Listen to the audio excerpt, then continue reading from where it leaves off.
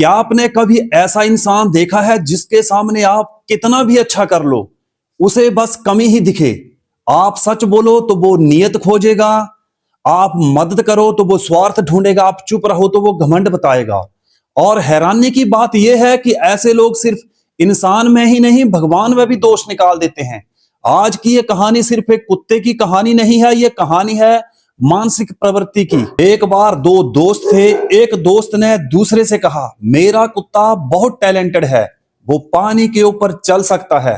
दूसरा दोस्त मुस्कुराया, पर मन ही मन शायद सोचा बकवास है। अगले दिन पहला दोस्त अपने कुत्ते को लेकर आया। दोनों नदी के किनारे खड़े थे। पहले दोस्त ने कहा, अब देखो मेरा कुत्ता पानी के ऊपर चलकर नदी के दूसरे किनारे जाएगा। उसने इशारा किया और कुत्ता सच में पानी के ऊपर चलता हुआ नदी के दूसरे किनारे पर पहुंच गया। पहला दोस्त खुशी से बोला, देखा, मेरे कुत्ते की खासियत देखी? दूसरे दोस्त ने जवाब दिया, हाँ, मैंने देखा कि तुम्हारा कुत्ता तैरना नहीं जानता। यहीं से असली सवाल शुरू होता है। अब आप खुद से पूछिए, जिस कुत्ते ने असंभव कर दिया, उसमें भी उस इंसान को कमी कैसे दिखी? क्या कुत्ते में सच में कमी थी, या देखने वाले की नजर में ही बीमारी थी? कुछ लोग ऐसे ही होते हैं।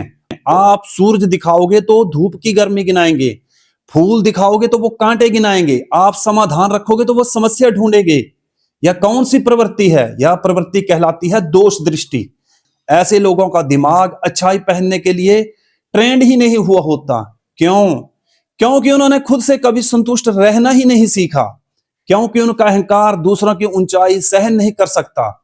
क्योंकि उनकी पहचान ही आलोचनात्मक बनी हुई होती है। ऐसे लोग प्रशंसा इसलिए नहीं करते क्योंकि अगर सामने वाला अच्छा निकला तो उन्हें खुद छोटा महसूस होता है। भगवान तक में दोष क्यों निकालते हैं ये? अब ध्यान से सुनिए। अगर कोई इंसान ईश्वर की बनाई दुनिया में भी सिर्फ बुराई ही देखता है, तो क्या समस्या दुनिया में है?